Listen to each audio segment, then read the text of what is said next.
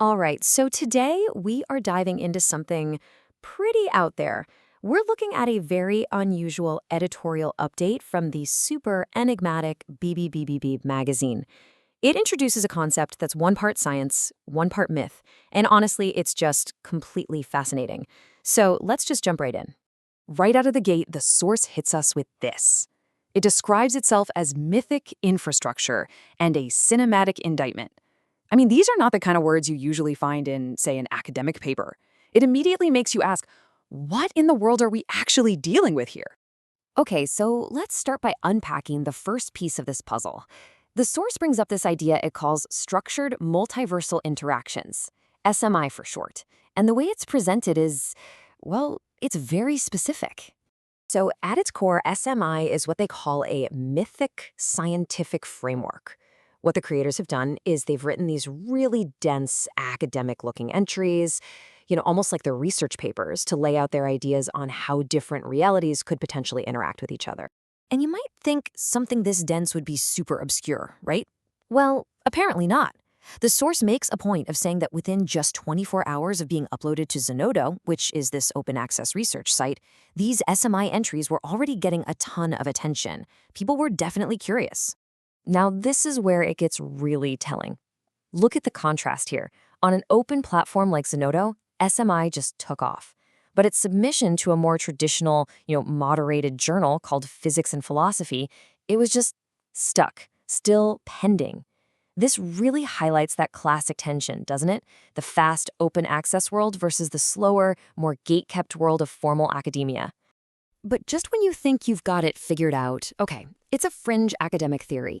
The magazine update throws this curveball. It claims SMI isn't just a framework, it's a living canon. So what does that even mean? How can a bunch of research papers be a story? Well, the answer they give us is a character. The source material introduces us to this person named Sekou Venga, and he is supposedly the human story that makes this whole abstract framework come alive. So who is this Sekou Venga?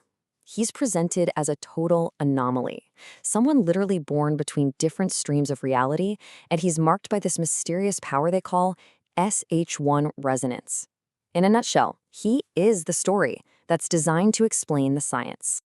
So to really understand this living canon idea, we've got to actually look at the story they've laid out.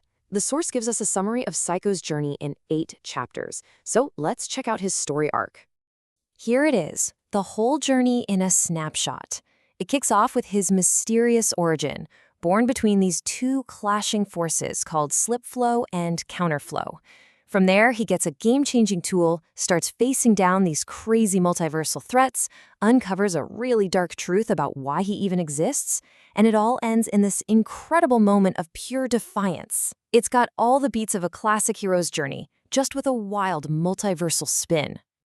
And the story gets super specific about his powers. Like, check this out. It breaks down the 5-stage ritual he has to use to control his abilities.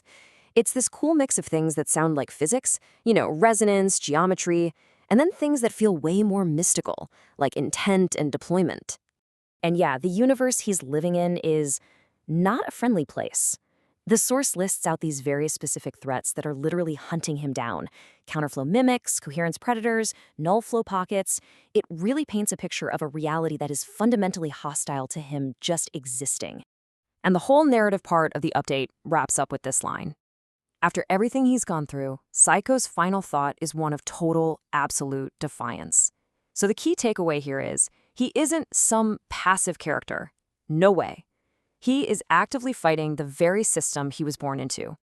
Okay, so we have this super dense technical framework on one hand, and this epic sci-fi action story on the other. So, what gives? What's the connection? Well, this is where it all clicks into place. Remember that disclaimer from way back at the beginning, the one that was full of all that jargon? The source material basically tells us to go back and look closer. It's not just boring legal text, it's the actual key that unlocks this entire project. And this slide, this is the whole shebang right here. It lays it all out perfectly. That abstract technical term from the disclaimer, systemic erosion, in the story, that's just coherence failing. The jargony phrase ritualized containment becomes Psycho's SH1 curse/gift. The story of Psycho Venga is literally a narrative translation of the framework's most complex ideas. It's brilliant. So, if the story is just a way to make the science understandable, what's the endgame here? Why go to all the trouble of creating this incredibly elaborate myth? The source is really clear on this point. Psycho's story and the whole SMI framework it's built on, they are not just for kicks. They are designed from the ground up to be a diagnostic tool, a kind of lens for analysis. And what is this tool meant to diagnose? Well, the disclaimer tells us directly. Its whole purpose is to expose these three big concepts: ritualized containment, actor convergence, and systemic erosion. Psycho's entire struggle against the multiverse is basically a case study of these forces in action. And that really leaves us with this final big question. The creators of SMI have built this absolutely fascinating world, but they're claiming it so much more than fiction. They're presenting it as a tool. So, is Psycho Venga's story just a cool fable? Or is it meant to be a totally new kind of lens for us to understand the complex systems at play in our own world? Definitely something to think about.